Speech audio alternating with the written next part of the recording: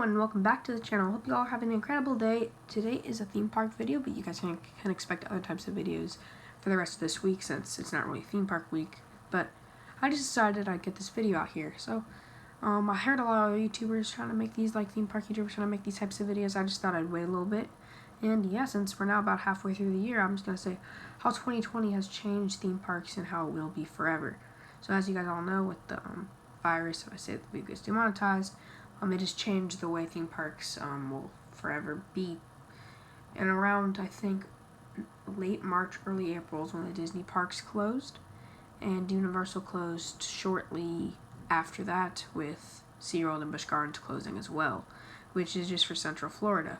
But around the world, cruise lines, hotels, everything was shut down, and there was like a 2-month period of lockdown. And then the parks reopened. But there were so much things that didn't return to the parks that's why I'm going to make this video to talk about. So let's first start off with the Universal Parks. Their system, you do not need a reservation to go, which I personally like better because I'm not one to really want to reserve a time in advance.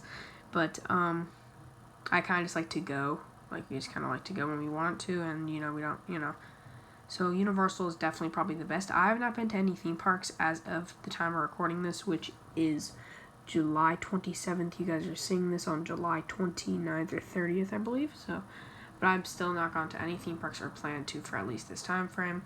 Just to, give it a while. Probably next month. And, yeah, just basically there's just, Universal is doing very well. They opened first out of any of the parks. They're having socially distanced queue lines, but I did hear that their masks, they do enforce it, but there are still a lot of people there that don't really follow those guidelines. So it is kind of a little, especially Hogsmeade, since it's very tiny, and Diagon Alley. They're very packed, close quarter places, and they're very popular, so that is one area that I've heard is pretty tight. So yeah. But next up is SeaWorld Busch Gardens. These parks I have heard from multiple sources, including Theme Park Express, which is on YouTube, that the people there and the workers do not enforce masks at all. They say that they're required, but they don't enforce them. And to me, that is just, they're going to get caught by the government or something. They're going to be told to either re-shut down or step up their ambassador program, because you can't not have to, like I saw one of his videos, there was somebody, Theme Park Express videos, and there was somebody in the background, just has no mask on, just walking around, not even holding a food item, just walking around, and walked right by a worker, and they didn't say anything. So it is, those parks will probably be a lot longer. I heard Busch Gardens is definitely worse than SeaWorld, so SeaWorld is stepping up, I heard, and Busch Gardens is a little bit, but Busch Gardens is still probably the worst of the parks so far. And now we're over at Disney. Let's go to Legoland first. Legoland I've heard great things of. They used to not require masks, but they were heavily enforced. And every worker was required to wear a mask and a face shield. They had very socially distanced queues, but they obviously themed it to Lego bricks. They had no chance at all for character interactions because they didn't want to risk it, because most parks have character interactions now from afar. And it's pretty rare to see a character more than 5 feet in front of you unless they're leaving the train station over at Disney. That's when you can get kind of close, but you still can't get close enough to go and touch them or anything. But yeah, Legoland I've heard is going pretty well. They now are requiring masks in all public areas and attractions, so that's very good to hear. I think Legoland is doing very well, so yeah, props to them. And the final big central theme park is Walt Disney World. But before I do that, I'm going to make a little honorable mention park, which will be Fun Spot, which I heard that they were actually open for a while, and they were the first park to open back up. It's more of an amusement center, kind of. It's not really a park or an amusement park. It's more of there's 2 coasters and a couple little flat rides and a arcade gift shop, and yeah, it's kind of a small little tourist attraction. Except they have this one really cool sky coaster. But yeah, I heard great things from it. I've been, not since shutdown, but yeah, I've heard that I don't know if they require masks or not, so I'll probably comment down below if they do. I'll probably say something just in case But yeah, now to the final park, Walt Disney World, because I'll be doing my ranking on which parks I believe are doing the best next. So here we go. Let's go with Walt Disney World. So that's the photo there. This photo was taken about 2 days after Galaxy's Edge opened. I went for the first time. I couldn't go opening, but I went 2 days after opening, and I waited about 3 hours for Smuggler's Run. I did that and I did Single Rider once. So yeah, Smuggler's Run, but right there looks packed. But the thing is, this was a year ago, so I do not want to. If you guys were thinking that that's from recently, that is not from recently. But yeah, and if I sound like a little tired, I kind of just woke up and I'm trying to film this video, so yeah, sorry about that. But yeah, just Disney World is probably very effective because like they have the characters now on like cavalcade that go down the street, which are like a mini parade float, or like maybe like a car. They have like a whole studio. They have Mickey going down on a car, and they then have like the three Caballeros over at Magic Kingdom on like a little car with Goofy and Donald type things, and they have at Epcot, which I think is amazing. They have Pooh in the like they have like Pooh running around in the field, which I think is that's kind of funny. They also have Joy out there running around.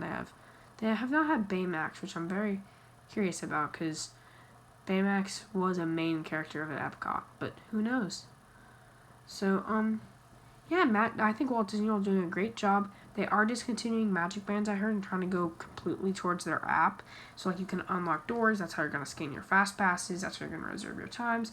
Rise of Resistance has moved from boarding groups to a virtual queue system at 10 a.m., 1 p.m., and 4 p.m. Since the park closed, I believe, at 7 or 6. I know Animal Kingdom Magic Kingdom closed at 6. I think Epcot's like 7 or 8. And then this is Hollywood Studios around 7. So, basically, it might be 8. I don't know. So basically at 10 a.m., 1 p.m., or 4 p.m., everyone's going to be on their phones, and you're going to try to reserve your time. And you can get only one time per one time a day. So you can only get one thing a day. You can only ride it once. And I think that's really good because some people in boarding groups, right after they got their first one, they keep reserving them, and somehow since they already had, like, there was a glitch where they could keep getting them, even though they get, like, really high numbers, it would affect everyone under them, so it was some weird thing. I was only able to ride Rise of Resistance twice, which I'm saying only, but it was a great ride.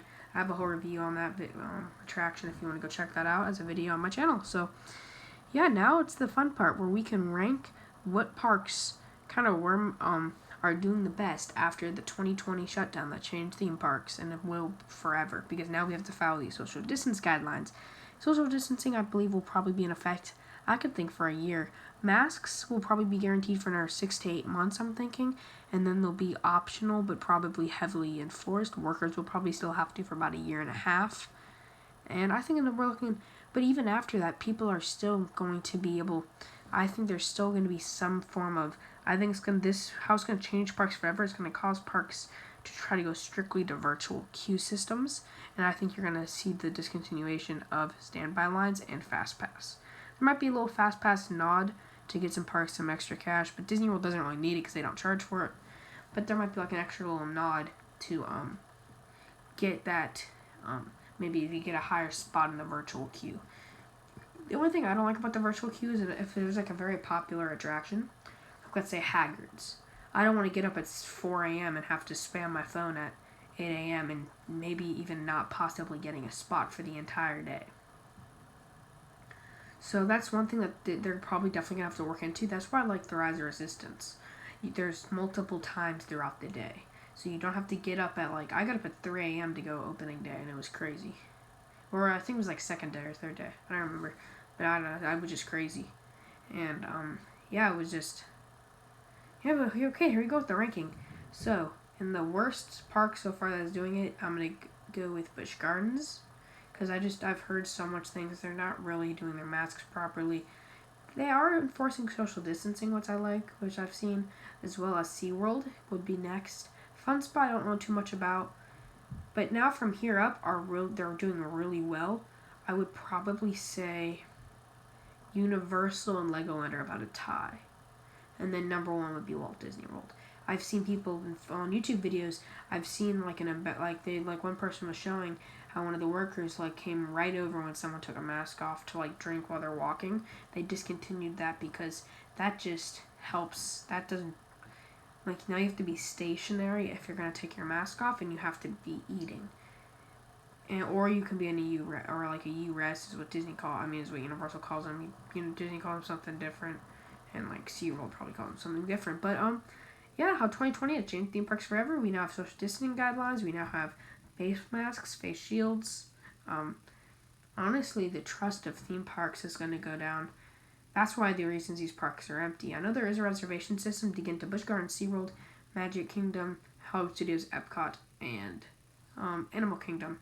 Universal Studios Florida and Islands of Adventure do not require any reservation system. That could change. I think that the reservation system is I think they're gonna definitely be able to up the capacity probably by Christmas time to around maybe 20% more than they're at. So if they're at right now like 30% capacity, they haven't said the exact number, but I'm thinking they're around 30% capacity. I think they're going to be able to up it to around 45-50% capacity by Christmas time, which is very good, because then we can get back to that full 100% capacity.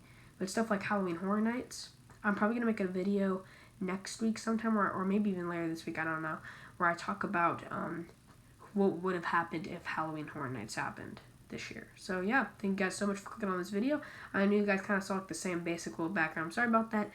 I am getting a new PC, so these videos are going to be way higher quality, so don't worry, I'm going to be able to have more. And I haven't really have a lot of new photos that I wanted to show you guys, and this one I don't think you guys have seen yet, so that's pretty good. So yeah, thank you guys so much for clicking on the video. Please remember a massive like and subscribe to the channel.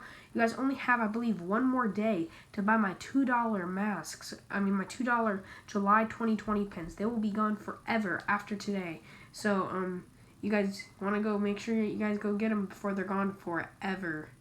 So, yep, it's going to be, the end of July, they're gone. So, you might as well go check them out.